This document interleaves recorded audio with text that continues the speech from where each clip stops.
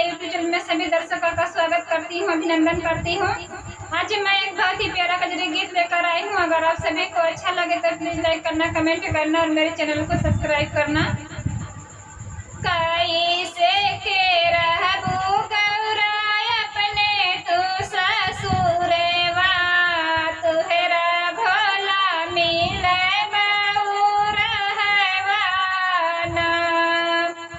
कैसे के रहबू गौराय अपने तू ससुरवा, तुहरा भोला मिले बउरहवाना।